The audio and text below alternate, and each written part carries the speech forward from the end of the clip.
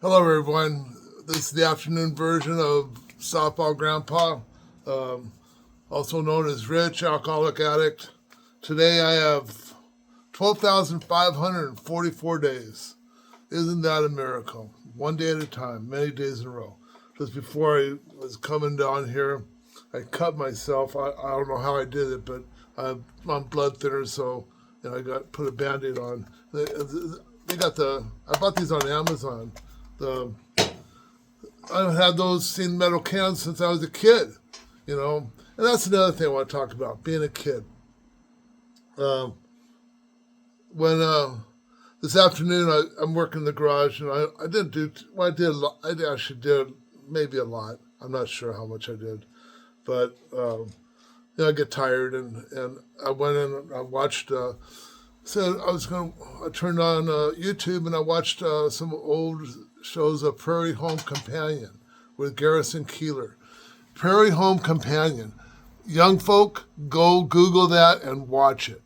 This is about the old days. Back in the old days, people would listen to the radio because they didn't have a TV, and they would listen to the radio, and I used to listen to this because it went off the air like in 2020 or something like that, or maybe 2016.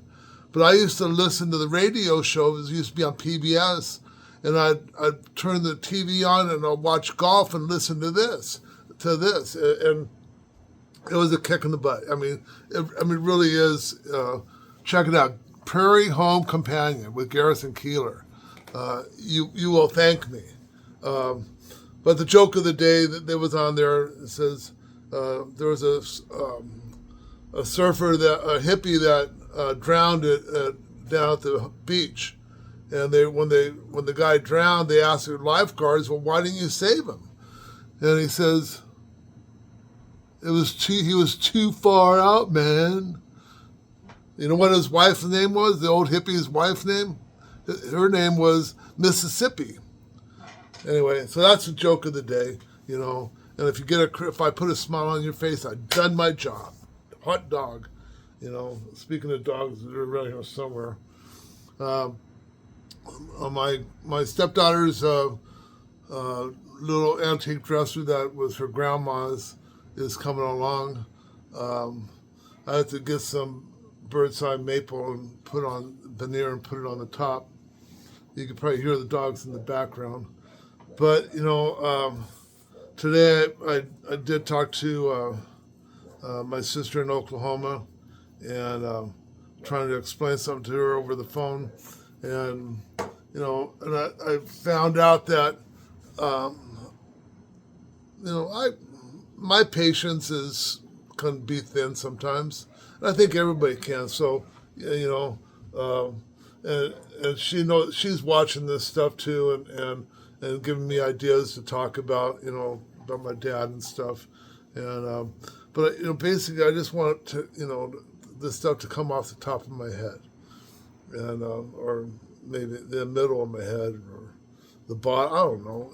You know what I'm talking about. Well, do you know what I'm talking about?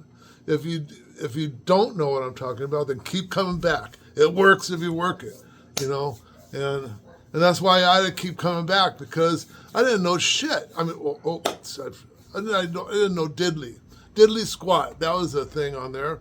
Um, that's little much of nothing. Um,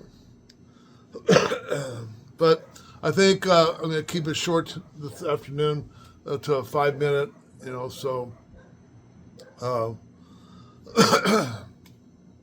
if you think you're an alcoholic or addict, go call AA or AACA, NA, SA, whatever it is.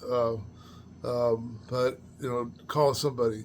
Because we don't have to do this you don't have to do this by yourself. And it's a lot easier. Like I said before, a problem shared is a problem cut in half. And so just remember that, because that's what it's all about. We can't keep it unless we give it away. And and uh, and think about that. You can't keep it unless you give it away. And I know the first time somebody after a meeting one day asked me to talk to him, And I sat down and talked with him for about 10 minutes. And he was kind of new to the program.